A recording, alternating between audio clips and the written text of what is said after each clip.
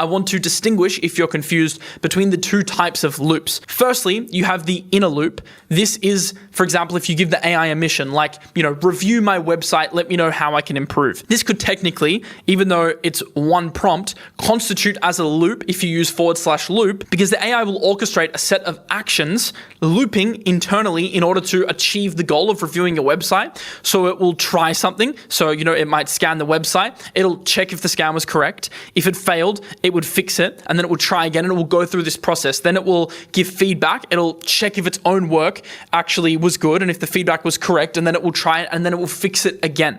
So this is only possible because the models are now smart enough to recognize whether their own work is good or not. And you've probably experienced this even just interacting with the new models already. Like if you ask it for feedback on its own work, it's actually quite self-aware, much better than the old models, which frankly were just dumb compared to the new ones. And then once it's confirmed that it's reached the goal, then it marks it as done. So this is the inner loop. So even single tasks can be defined under the looping model if you use /loop, which I'll show you. But then you also have the outer loop.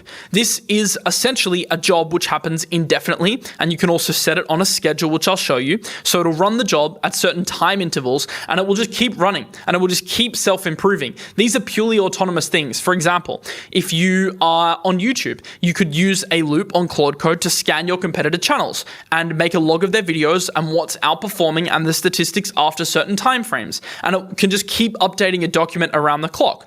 Or if you are researching for market alpha, let's say, you're in the stock market or the crypto market, you can use an X scanner every day, and on Claude Code, you can set a loop to run and check for the best viral posts in your niche, or the most, impactful posts that might impact your portfolio, which you can feed to Claude, and then it will run the job on an automated schedule. It'll check its own work, fix it, and try again. So you can have an outer loop, which is a reoccurring scheduled task, operating with multiple inner loops.